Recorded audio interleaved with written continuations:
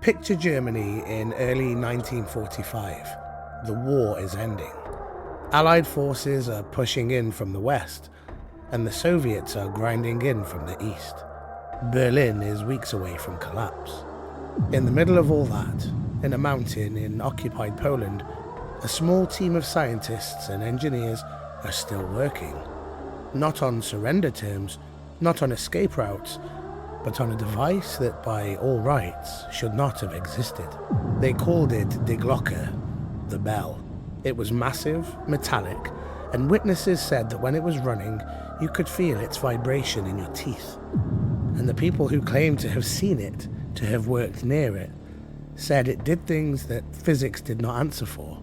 For nearly 80 years now, historians and aerospace engineers and people deep in the conspiracy world have been asking the same two questions. Did the Nazis actually build it? And if they did, where did it go?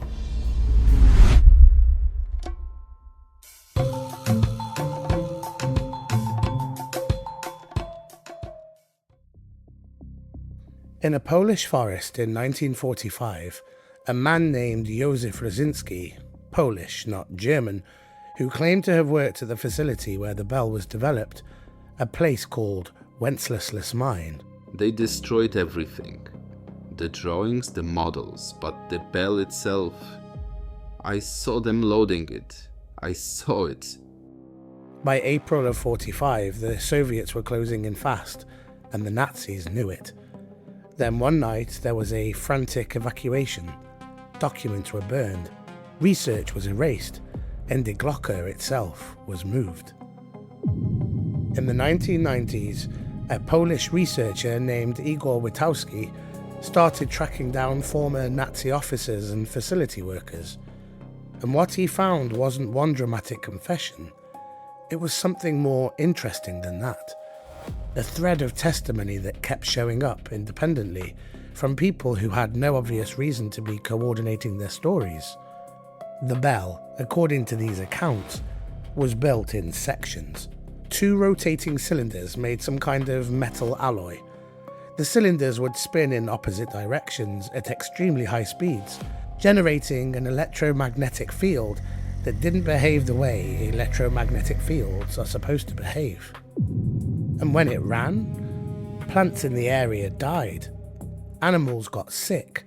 The ground around the test site seemed to age quickly, unnaturally quickly. Witnesses described a metallic taste in the air, like biting down on a coin. And some of them said the device itself moved. Not much, just slightly, but it rose. Now these aren't anonymous sources.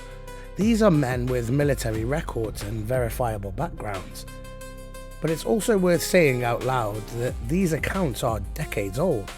They've been filtered through memory, translated from German, and in most cases, they can't be independently verified. So let's talk about that. The first problem is the obvious one. There's nothing physical to examine. No metal samples, no authenticated blueprints, no photographs that were reconstructed after the fact. Decades of people looking, and the bell has never turned up. Not a piece of it. Not a fragment. The second problem is physics. The kind of propulsion being described here, rotating cylinders generating an anti-gravity effect, doesn't fit neatly into anything modern science recognizes. That's not impossible. Science does get revised, but it does mean the burden of proof is high. And right now, that proof isn't there. The third problem is the witnesses themselves. Witowski's interviews are detailed, but they're also second-hand, and some of his sources had financial stakes in the story. They were writing books and giving paid lectures. Now that doesn't make them liars, but it's worth factoring in. And then there's this, the most convenient part of the whole narrative. The Nazis supposedly destroyed all records before they fled, which means there's nothing to disprove the story. That's a pattern you see in a lot of unfalsifiable theories. The evidence is gone, and its absence becomes the evidence. So that's that. Case closed. Well, it's not actually that simple. After the war, American aerospace development exploded. The Cold War was starting, and the race wasn't just for nuclear weapons, it was for propulsion. And a remarkable number of the minds behind America's most classified programs were German. Werner von Braun, the principal architect of the V-2 rockets, came to America.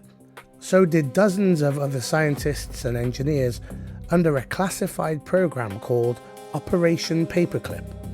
They weren't put on trial. They were given jobs because to the US government, what they knew was worth more than what they'd done. The question some researchers started asking was this: did they bring more than rocket science with them? Did knowledge of the bell, if it existed, make it into American hands? And did it quietly become something else? Something tested in restricted airspace, classified at the highest levels, and explained away to the public as weather balloons.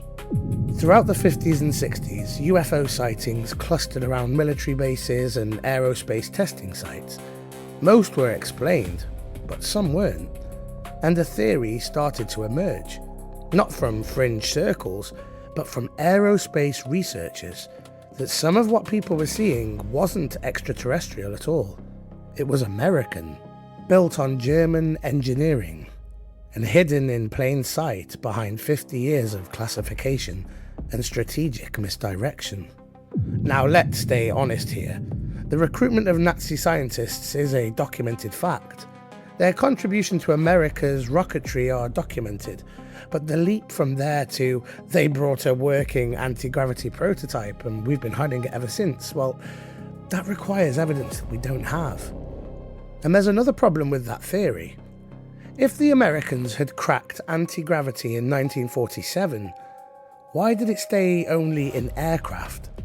A technology like that would have remade energy production, transportation, construction.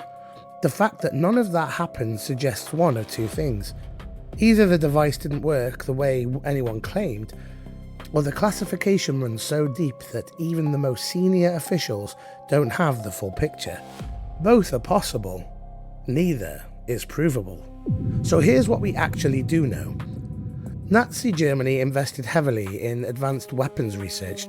The V-2, the jet fighter, early stealth experiments, all real, all documented. But toward the end, with the war going badly, the research programs got more desperate and more extreme. Declassified American intelligence documents reference unusual German weapons programs in the final year of the war. Some of those documents are vague, some are redacted, but they do exist. After the war, both the United States and the Soviet Union recruited German scientists at scale. Again, that is documented, and those scientists shaped programs that remained classified for decades. The bell, die Glocke, is still out there as a mystery. The testimony is compelling, the historical context is real. The possibility that something unusual was being developed in those underground facilities in the final months of the war, well, that's not absurd. But proof, the kind of proof that holds up, we just don't have it. What we have are fragments, accounts from men who are now dead, documents that are incomplete or ambiguous, or both. A trail that goes cold in 1945 in the chaos of a collapsing empire that was burning its own records as fast as it could. Maybe the bell was lost, buried in a mine, sunk in a ship crossing the Atlantic, destroyed in a bunker that nobody's found yet. Or maybe it wasn't lost at all. Maybe someone found it. Maybe someone recognized what it was and understood exactly why it couldn't be public knowledge. Maybe it became the foundation for something else. Something that's been flying over restricted airspace for 70 years now, while official explanations pile up like snow. You get to decide what you believe. Thank you all for tuning in, everybody, and we do really appreciate that. Make sure you hit that like, share and subscribe button.